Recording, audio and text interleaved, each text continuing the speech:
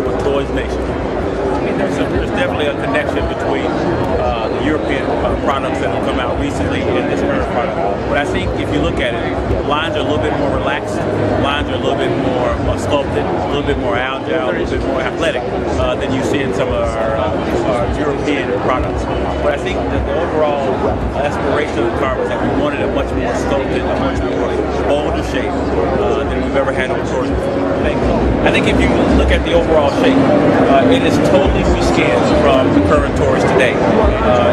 It is still a D-size product. It still has a very similar wheelbase, but you will notice that the car has a much more athletic stance. It has a different roof height. It has a different wheel placement in terms of body to wheel relationship.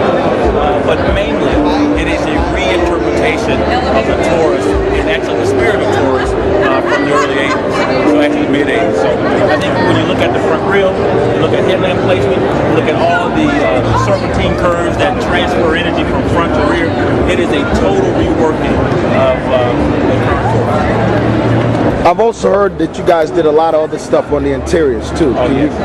Yes. Well, the interiors are brand new too. You know, like Mama used to say, you know, it's not just the outside that counts; it's what's on the inside. Can you show us some of what's going on inside? Yeah. All right. I think the biggest deal on the interior is that you can see now it has a double brow, and essentially what that means is you have much more of like a Mustang kind of like feel on the IP, and then these lines actually flow from IP to console, and it actually creates a unique space for the occupant. You know, each occupant has its own space.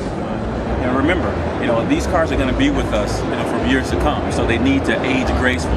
So you can see a lot of attention went into the lines and the flowing of the lines, so that, you know, in a couple of years the shape will still be relevant, the shape will still be beautiful. I mean, you can see, if you look at the actual tail lamps and the graphics, you can see cars and Fords of old. I mean, it reeks of LTD. It reeks of previous Tauruses actually, with just how there's a red shape with a white island in between it, and then of course with the chrome accent, which is a touch of class that we've added that they didn't have before.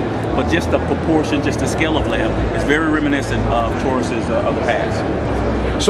So for young aspiring individuals who would want to get an opportunity to design cars and actually see millions of their work, millions of copies of their work on the streets, how could they get in? What advice can you give them on how to get started? The biggest advice to give anybody who wants to be a car designer is to love to draw.